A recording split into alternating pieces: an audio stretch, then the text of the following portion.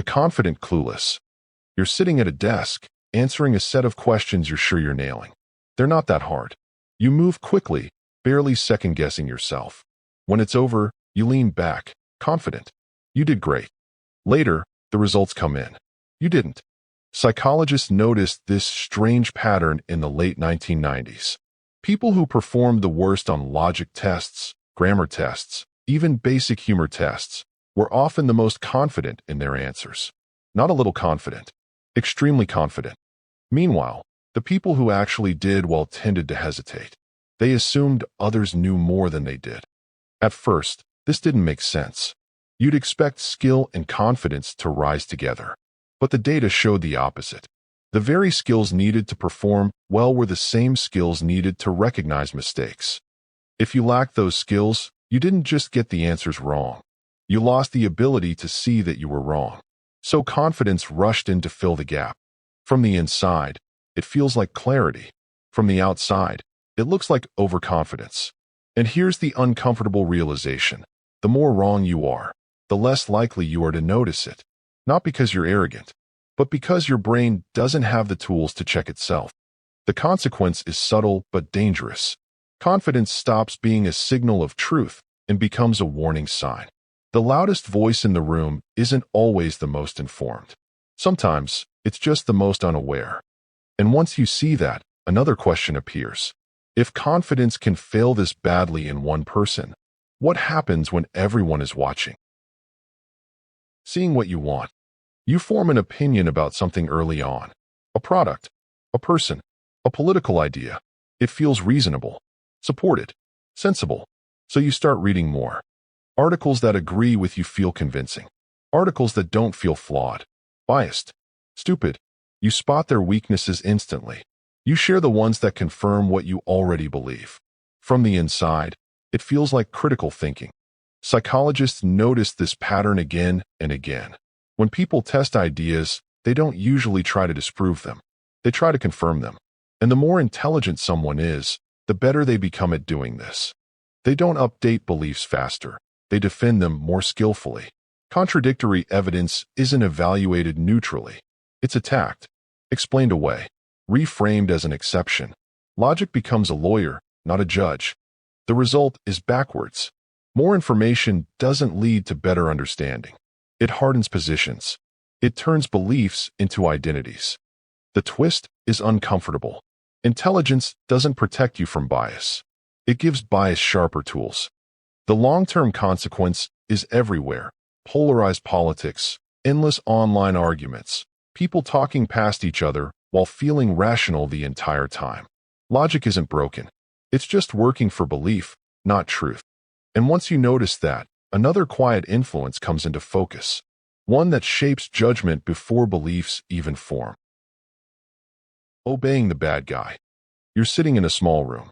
In front of you is a panel of switches. Each one is labeled with a higher voltage than the last. Another person is in the next room. You can't see them, but you can hear them.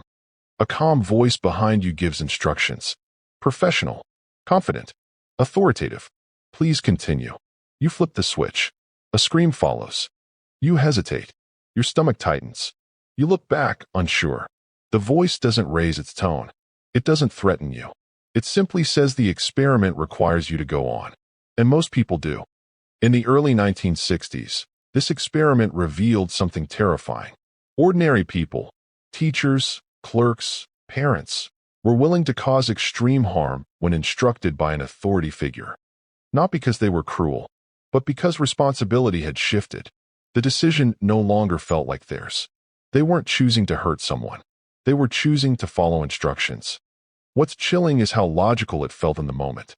The setting looked official. The authority seemed legitimate. The responsibility felt distributed.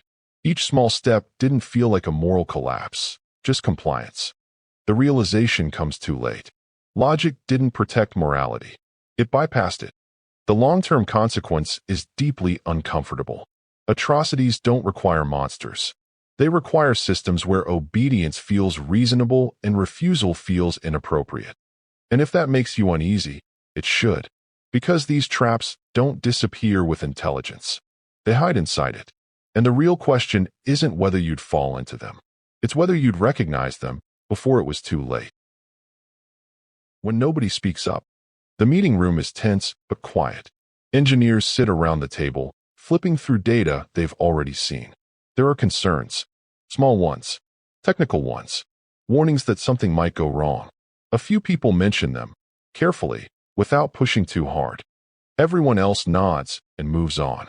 In the months before a famous space shuttle launch, engineers did raise alarms. They worried about components failing in cold temperatures. But doubt didn't fit the momentum. Schedules mattered. Reputation mattered. No one wanted to be the person who slowed everything down.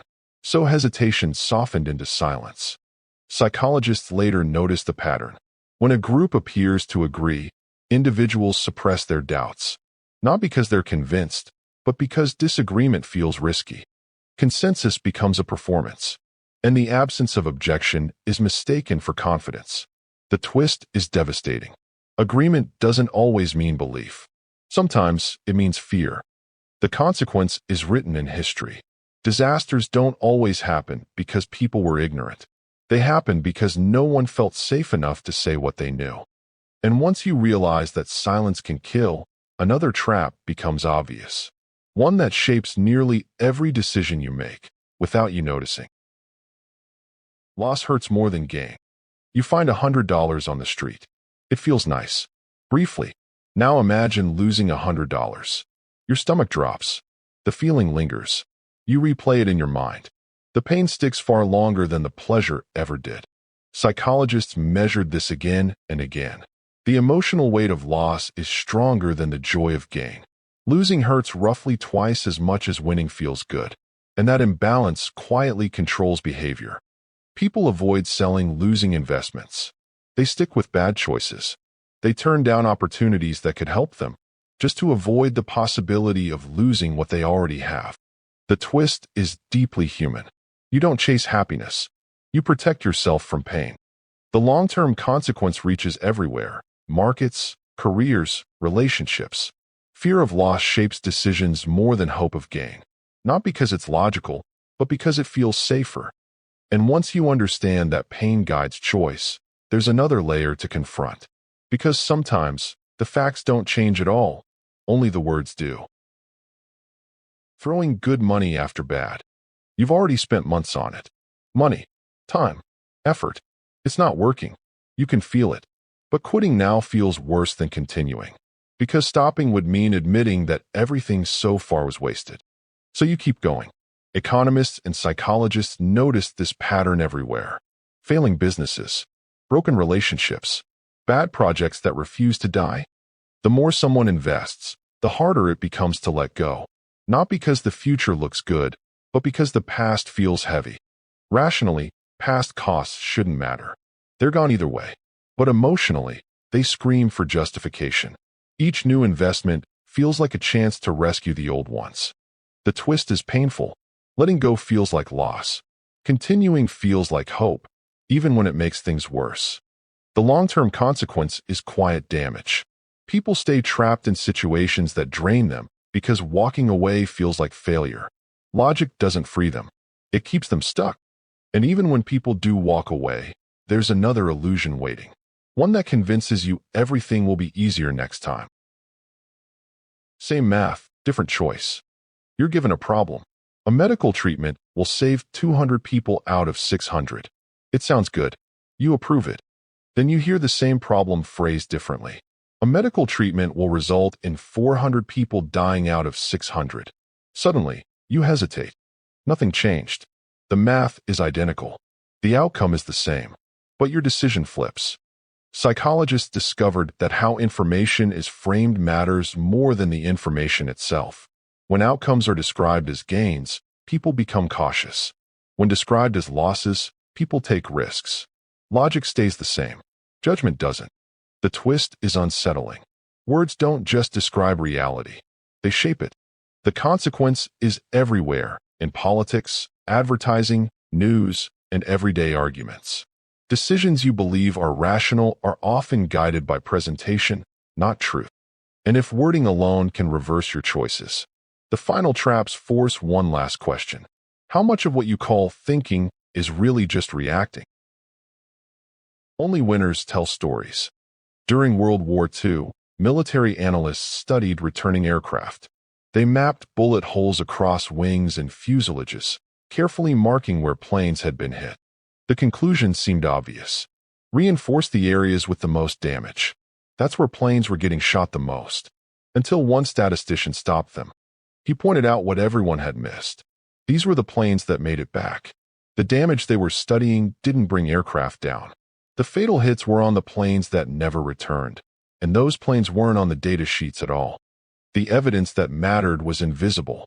Psychologists later realized we do this constantly. We study success stories. We copy the habits of winners. We interview survivors. Meanwhile, the failures quietly disappear from memory, leaving no lessons behind. The twist is subtle but powerful. What you see is filtered by who survives long enough to be seen. The consequence shapes careers, startups, self-help culture, and ambition itself. Inspiration often hides the truth. And unless you ask who's missing from the story, you're learning from incomplete evidence. Once you see that absence itself carries meaning, another bias becomes painfully obvious. Because when things go wrong, we don't just misread data, we misread people. Shark fear, car deaths. You hear about a shark attack on the news. The footage loops. The headline sticks. For days, the image won't leave your mind. Later, you get into a car without a second thought. Psychologists notice something strange about fear. It doesn't track numbers. It tracks stories. Dramatic, emotional events burn themselves into memory, while quiet, ordinary dangers fade into the background. Shark attacks are rare, but vivid. Car accidents are common, but boring. So your brain flips reality. Rare dangers feel everywhere. Common dangers feel invisible. Memory quietly replaces math, and fear follows whatever is easiest to imagine. The twist is simple but unsettling. You don't fear what's most likely to harm you. You fear what's easiest to recall. The consequence is a distorted sense of safety. People avoid flying and fear oceans, while underestimating the risks they face every single day. Vivid stories win. Probability loses. And once fear is shaped by memory, another trap waits. One that keeps you stuck long after you should walk away. Belief beats evidence. In the 1950s, a small group of people gathered in a quiet house, waiting for the world to end. They believed a catastrophic flood was coming. They believed a spaceship would arrive before dawn to rescue them. They sold possessions, quit jobs, cut ties with friends who tried to talk them out of it. And then morning came. No flood, no spaceship, no apocalypse. For a moment, silence hung in the room. Reality had delivered a clear verdict. They were wrong. But something unexpected happened. Instead of abandoning the belief, many of them became more convinced. They decided their faith had saved the world, that their commitment had prevented the disaster. Being disproven didn't weaken the belief, it reinforced it. Psychologists called this cognitive dissonance. When reality threatens identity, the mind bends reality instead. The twist is deeply unsettling. Evidence doesn't always change beliefs. Sometimes it hardens them. The consequence reaches far beyond doomsday cults. It shapes politics, relationships, conspiracy theories, and personal decisions. The more public the commitment, the harder it is to let go. Admitting error feels like losing yourself. And that may be the most dangerous trap of all. Because when belief becomes identity, truth stops being something you discover and starts being something you defend.